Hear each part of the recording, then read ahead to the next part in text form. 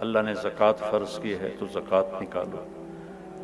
اب تو اتنے حالات ہیں کہ متوسط طبقہ بھی زکوٰۃ کا مستحق ہے، اپنے زکوٰۃ سے بڑھ کے نکالو، کیونکہ زکوٰۃ دینے والا بخیلوں سے تو نکل جاتا ہے، لیکن سخیوں میں داخلہ اس سے اوپر کرے گا تو ہوتا ہے۔ 2,500 دے دیا نا 1,00,000 میں سے، تو باپ پہ بخیل کا لیبل نہیں لگے گا، لیکن سخی کا بھی نہیں لگے گا۔ اوپر 54 خرچ کر دو تو ایک سٹیپ آپ آ جائیں گے۔ سخی بن کے زندگی گزارو، لوگوں پہ خرچ کرنے کا مزہ بہت ہے، جوڑنے کے مزے سے زیادہ لگانے کا مزہ ہے۔ تو رمضان آ رہا ہے، خرچ کریں، زکوٰۃ سے بڑھ کر دیں، انتہائی ضرورت مند ہیں ہمارے لوگ۔ ابھی تو وہ جو سیلاب سے جو گھر گرے تھے ابھی تو وہی نہیں بنے، کتنے ہزاروں لوگ بے گھر بیٹھے ہوئے ہیں۔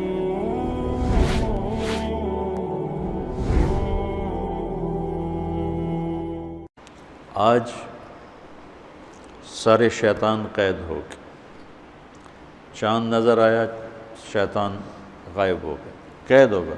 تصفد فیہم مردۃ الشیاطین، بڑے بڑے شیطان قید ہو جاتے، اس لیے تو نمازی بڑھ جاتے، وہ پھر آہستہ آہستہ گھٹ جاتے ہیں کہ وہ ایمان کی اتنی طاقت نہیں ہوتی کہ وہ چل سکیں، لیکن ایک دفعہ جب وہ چھوٹتے ہیں شیطان سے تو سیدھے مسجد میں آتے ہیں۔ دوسرا کیا ہوا؟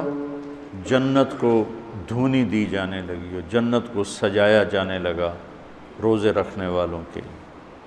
تیسرا کیا ہوا کہ ساری جاندار مخلوق روزہ رکھنے والوں کے لیے دعا میں لگ گئی، دعا میں مشغول ہو گئی۔ چوتھا کیا ہوا؟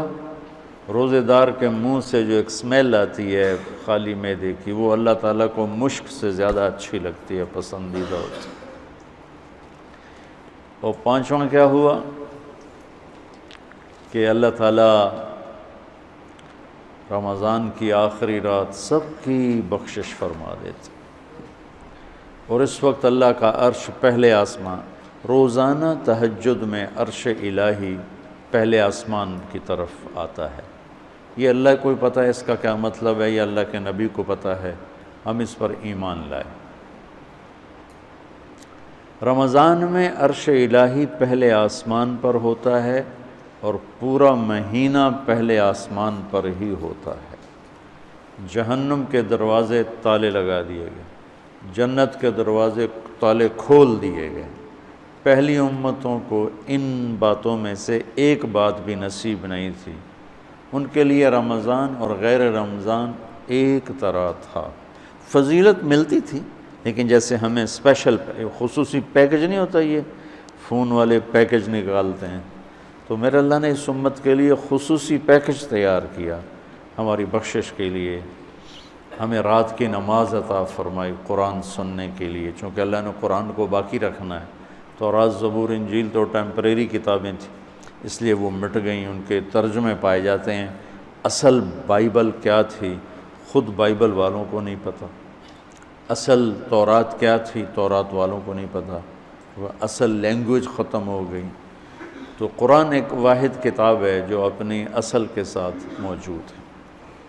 تو آپ کو ایک فضیلت یہ حاصل ہے کہ آپ روزے رکھیں گے، دوسری فضیلت یہ حاصل ہے کہ آپ اللہ کے راستے میں رہیں گے، تیسری فضیلت یہ ہے کہ آپ علم کی طلب میں رہیں گے۔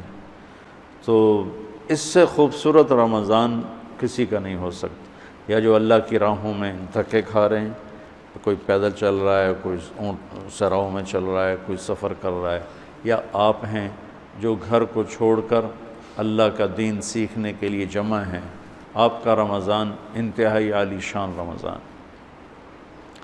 اور افطار کے وقت عرش کے فرشتے جو اللہ کی تسبیح پڑھ رہے ہوتے ہیں، اللہ تعالیٰ فرماتے ہیں کہ میری تسبیح چھوڑ دو اور افطار کرنے والوں کی دعا پہ آمین کہو۔ تو جب لوگ اکٹھے ہوتے ہیں افطاری کے لیے، حرمین میں بڑا ایمانی روح پرور منظر ہوتا ہے دیکھنے والا، کہ لوگ وہاں اپنے دسترخوان لگاتے ہیں، پھر دوڑ لگاتے ہیں لوگوں کو پکڑنا، بھی آپ میرے دسترخوان، آپ میرے دسترخوان پر ہیں۔ چھوٹے چھوٹے بچے اور بڑے بڑے شیخ، ان کے مالدار رئیس نواب ٹائپ لوگ، وہ بھی نوکروں کی طرح بھاگ رہے ہوتے ہیں کہ آپ میرے دسترخوان، آپ میرے دسترخوان پر آ جائیں۔ دسترخوان زیادہ ہوتے ہیں اور لوگ باہر بھی ہوتے ہیں، بکھرے ہوتے ہیں، تو ہر ایک کی تمنا ہوتی ہے کہ لوگ میرے دسترخوان پر سارے آ جائیں۔ تو حرمین کی برکتوں کو تو خیر کوئی بھی نہیں پہنچ سکتا ہے، لیکن حرمین کی برکتوں کے بعد اللہ کے علم کو لینے کے لیے روزے کی حالت بہت اعلیٰ چیز، بہت خوبصورت چیز ہے۔ تو اس امت کو رمضان خصوصیت سے ملا، جس میں اللہ تعالیٰ نے لیلۃ القدر اتاری، جس میں اللہ کے نبی نے اعتکاف رکھا، اور اس کا فرض روزہ، اس کی قیمت آپ اس حدیث سے لگائیں، لو ان رجلا صام یوما تطوعا ثم اعطی ملء الارض ذهبا لم یستوف ثوابہ دون یوم الحساب۔ جس شخص نے نفل روزہ رکھا